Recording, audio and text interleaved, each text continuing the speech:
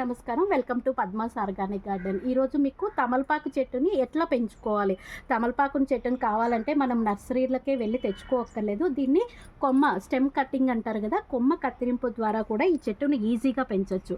చూసారు కదా, ఇదైతే నా గార్డెన్లో ఉన్న తమలపాకు చెట్టు. మీరు ఎక్కడైనా సరే తమలపాకు చెట్టుని చూసారు అంటే వాళ్ళ ఇంట్లో ఇట్లా ముదురు స్టెమ్ చూసారా, ఈ ముదురు స్టెమ్ ఉంటుంది కదా, దీన్ని ఇట్లా కట్ చేసేసుకోండి. ముదురు స్టెమ్ని ఇట్లా చూసారు కదా, ఈ విధంగా కట్ చేసుకున్న తర్వాత ఈ తమలపాకు చెట్టుని ఫస్టే వెళ్ళి పెద్ద కంటైనర్లో మీరు పెట్టద్దు. ఫస్ట్ ఇట్లా చిన్న కంటైనర్లో మాత్రమే ప్లేస్ చేయాలన్నమాట. దీంట్లో నేను 60% మట్టి కలిపాను, 30% కంపోస్ట్ కలిపాను. ఇసుక కూడా కంపల్సరీ ఉండాలి.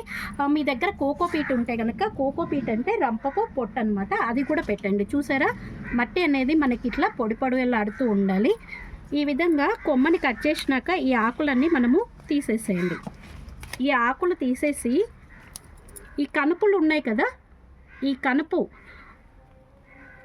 కనుపు ఇలా లోపలికి వెళ్ళేటట్టు ఇట్లా ప్లేస్ చేయండి. ఈ విధంగా పెంచితే తమలపాకు చెట్టు మనకి ఈజీగా గ్రో అవుతుంది. చూసారు కదా, ఇట్లా మనము కొమ్మ కత్తిరింపు ద్వారానే చెట్టును ఈజీగా మనము పెంచుకోవచ్చు. ఈ కంటైనర్లో పెద్దగా అయినాక మనకు కావాల్సిన కంటైనర్లో దీన్ని షిఫ్ట్ చేసుకోండి. Thank you.